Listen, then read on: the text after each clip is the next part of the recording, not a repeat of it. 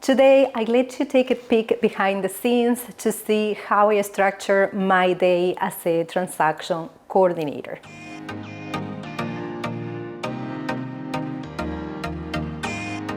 Hello and welcome back. My name is Cecilia Peralta. I am a virtual assistant, and in this channel, I share with you tips, tutorials, and industry insights to help virtual assistants become successful business owners. So as a TC or real estate transaction coordinator, you are going to be responsible to keep everyone updated, to be the main point of contact for all the parties when they need something, to coordinate everything needed during the transaction. So as you could imagine, you need to be very organized, you need to be super efficient in order to handle certain number of transactions at the same time without dropping the ball. My days are packed with tasks, deadlines, unexpected things, so being efficient and organized is super key. I start my day at 8:30 a.m. and I work Monday to Friday until 5:30 p.m. So in my case, I have a team. I'm not running solo. I make sure that they are actually working that day. I don't want to have any surprises later on. So it's super key for me to touch bases with every single person and make sure that they're actually already in front of the computer. In the case they are not, because something unexpected happened and they're either late or they're not going to be able to come in at all, they're absent, then I need to know first thing in the morning, because I need to find a way to take care of whatever they're supposed to take care somehow. So once that I confirm that every team member is ready to start, the next thing that I do is to check my calendar. So as a business owner, I'm not just taking care of transactions. That is a huge chunk of the day, but I'm also responsible for other areas of my business. And sometimes, my calendar doesn't just have, due dates for transactions, but I also have meetings to attend. For example, sometimes I do have discovery calls. If you would like to know more about discovery calls, watch this video right here. So once that I understand based on my calendar what is going on my day, then the next thing that I do is to check my emails. Now, it is very well known within the TC circle that we don't follow the advice of really great productivity coaches, because normally they will advise that the first thing that you need to do is to take care of very impactful things, not to read your emails. And that is absolutely true. However, I think that we are a little bit of an exception. Why? Because for transaction coordinators, our email inboxes are central hubs to receive requests, updates, and everything related with that transaction. So with that being said, one of the first things and most important for me to do in the morning is to dive into the inbox. After reading emails, what I do next is to go through my text and voice messages. Now remember, those are text and voice messages that I probably receive after hours. In these cases, I'm going to reply the text first, and I'm going to reply them no matter what, even if I have the information that they're requesting or not, because you can always at least acknowledge that. You can always let people know that you are working on it and when they can expect the real answer.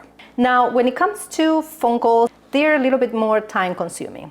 So it depends of the type of conversation I need to have on the phone.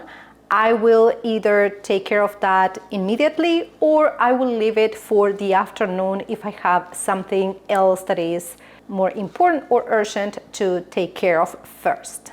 Once that I am already aware of everything that is going on and I get every single update either from my email, my text, or the voice messages, then I move on to my task management system and I start reviewing due dates and the task pipeline. So on the system that I use, which is open to close, I do have a task pipeline, which every day is a column, and I'm going to have almost like cars, for each task that I need to complete. The system is reminding me of every single thing that I'm supposed to do today. Also, I'm going to take care of the due dates that I have for the date. And those things are priority, right? Along with the closings. Now, keep in mind that if I do have a closing today, for the most part, 99% of the tasks should have been completed by yesterday, by the previous day. Because closings are obviously super important, I will definitely keep an eye all the time for emails, text, or voice messages that are related to that particular property in the case that is something going on, any type of last minute issue. Now, talking about the due date. If I have a due date today, normally my task management system will send automatically a reminder for that particular due date in a form of an email at 8:30 a.m. as a standard. And if I have a due date today, for the most part, I send a set of 2 or 3 reminders already. So now that all the due dates and closings are for sure taken care of, then I can spend some time kind of cleaning my inbox. And what I mean by that is going through the emails and replying to things that probably I didn't reply the very first time when I check my inbox in the morning. Because what I do all the time during the day is to prioritize, okay? I work based on priorities. And sometimes, something might be super important, but it's not urgent. And you need to take care of the urgent things first, then move to the important, and then do the rest. So sometimes we need to get documents signed that are not time sensitive. Maybe it's a disclosure that is missing an initial. It's super important, but it's not urgent. It doesn't matter if I take care of that at 8:30 in the morning or if I take care of that at 1 p.m. Now, when it comes to files, when you receive a new contract from an agent, that definitely is important, very important, but sometimes it's not as urgent as other things. So you will have to, or at least what I do is I prioritize during the day and I start working on new files after I took care of these urgent things. I'm going to make sure that when I start working on files, I have nothing else going on, because I will have to really focus on what I'm doing. Normally, it will take me between 30 minutes to 1 hour in order to finish that process and complete that file. And in regards to new files, I do have a cutoff time of 4 p.m. So if I receive a new contract after 4 p.m., I cannot guarantee that I'm going to process that the same day, but definitely it is a priority for the next morning. Now, the next thing I do before the end of the day is to touch bases with my team members. It's super brief, and all I do is to ask them if they have anything important to pass on, or if they have something that they need to discuss, or if they have any questions. And another thing that I do right before the end of the day is to take a peek at the next day calendar, because I want to make sure that I know if I do have any type of meetings early in the morning. And if that is the case, what I'm going to do is I'm going to give instructions to my team to take care of certain things that I know I won't be able to because I'm going to be tied up in a meeting.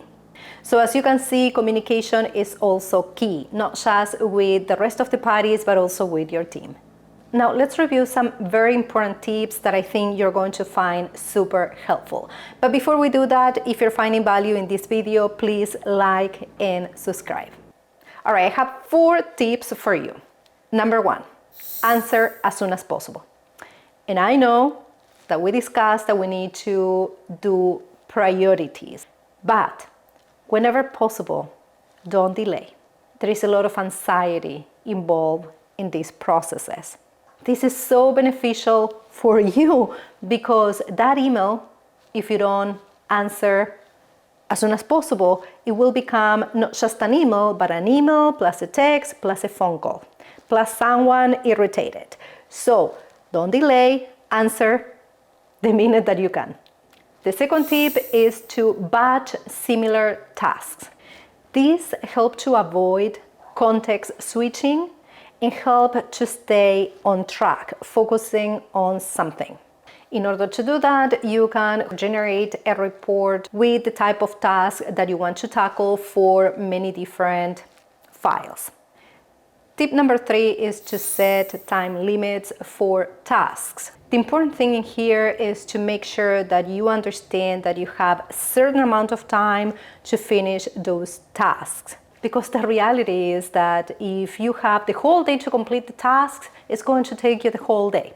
So make sure you set a limit. And tip number 4 is to make sure that you account for interruptions, for things that are unexpected, because I promise you those are going to happen. So it might be a new potential client that someone refers to you that is calling you and you want to take that call.